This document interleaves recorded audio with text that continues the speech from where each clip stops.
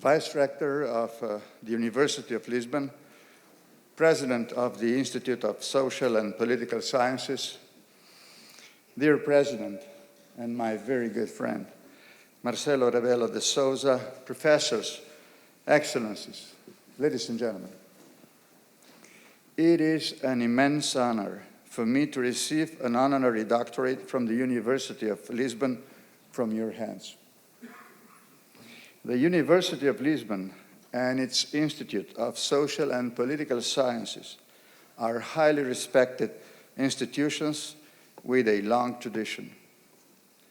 They contribute significantly to the common European scientific area as well as beyond. I am honored to receive an honorary doctorate for efforts for reconciliation and the joint European project. Ladies and gentlemen, the European project is based on reconciliation.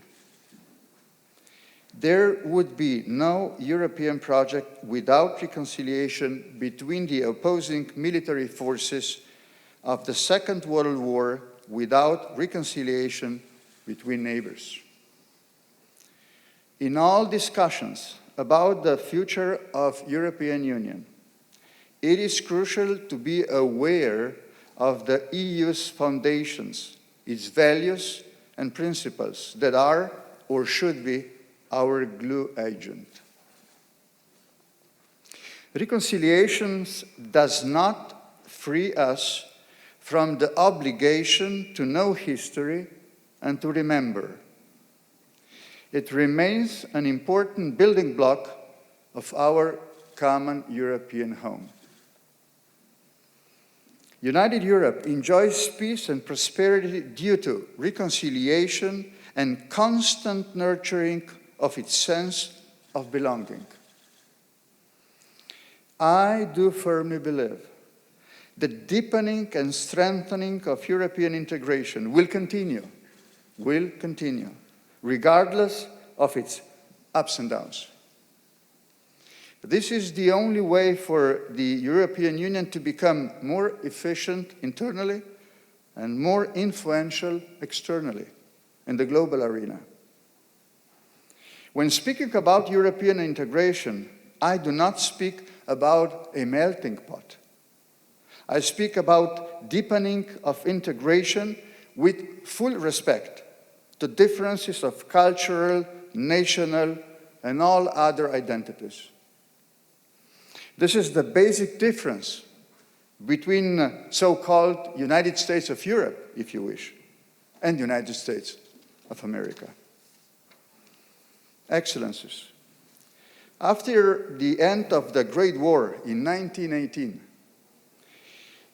two options opened up for Europe and the world. The first was to ensure a strong moral, legal, political, economic, and social structure that would enable peace, security, and development. And then there was the other option, that Europe and the rest of the world would themselves in Second World War. Despite the establishment of the League of Nations, this is what happened. Other attempts to secure peace also failed, and in particular, nothing was done at the most demanding level, the moral one.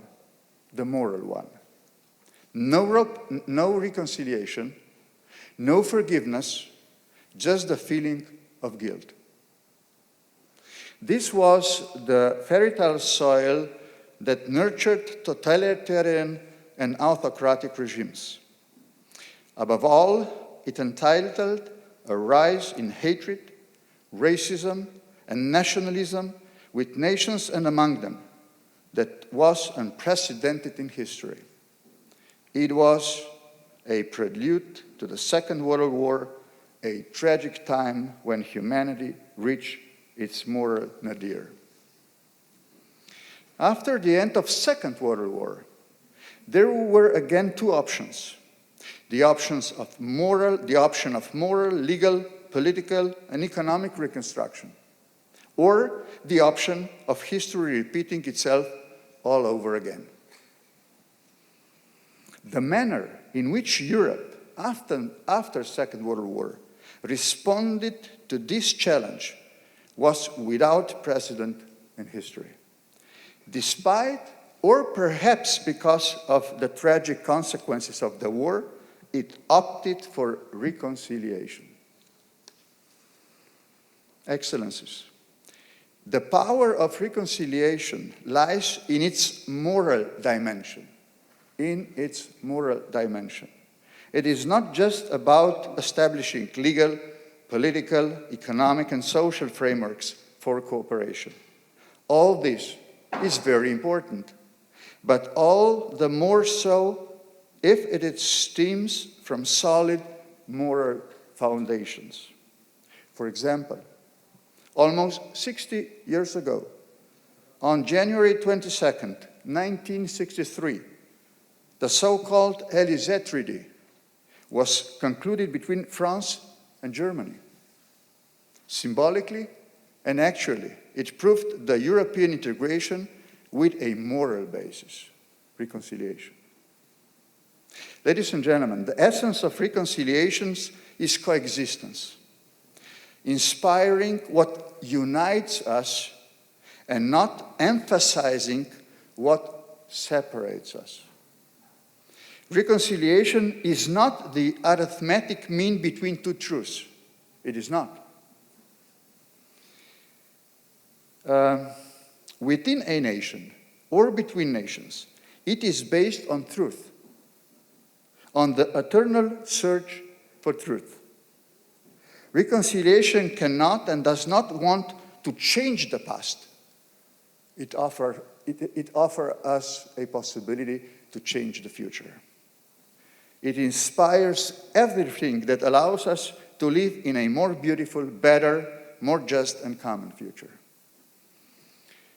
Reconciliation does not relativize historical responsibility. It remains there. It does not deny guilt and injustice. It invites everyone to empathize with the pain of others. Reconciliation instructs us not to deepen the pain that stems from our past, neither within a nation nor between nations. It guides us to renounce, on the basis of historical experience, everything that breeds hatred and exclusion. Mr. President, reconciliation is a journey that must never end. If it does, tragedy and pain began. Portugal and Slovenia each had their own experience with dictatorship and the transition to democracy. Today, both countries are members of the European Union. The European project is based on the responsibility to inspire what unites us and not to strengthen what divides us. We must be aware that this is the path that never ends, and we must never succumb to the temptation of what has caused so much human misery within a nation or among nations throughout the history. First and foremost, forgiveness, and reconciliation are deep, intimate impulses. None of us must feel affected in our most personal or national feelings. This is what makes a nation or the European Union more human and more mature. Ladies and gentlemen, the moment that I consider the strongest, emotionally strongest, in my political career, which spans, as it has been said, over more than 30 years, is the moment when I stood hand in hand with Italian president and friend, Sergio Mattarella, in front of the monument to the victims of Italian fascism and the memorial to the victims of the post-war killings in Bazovica near Trieste. For me, our handshake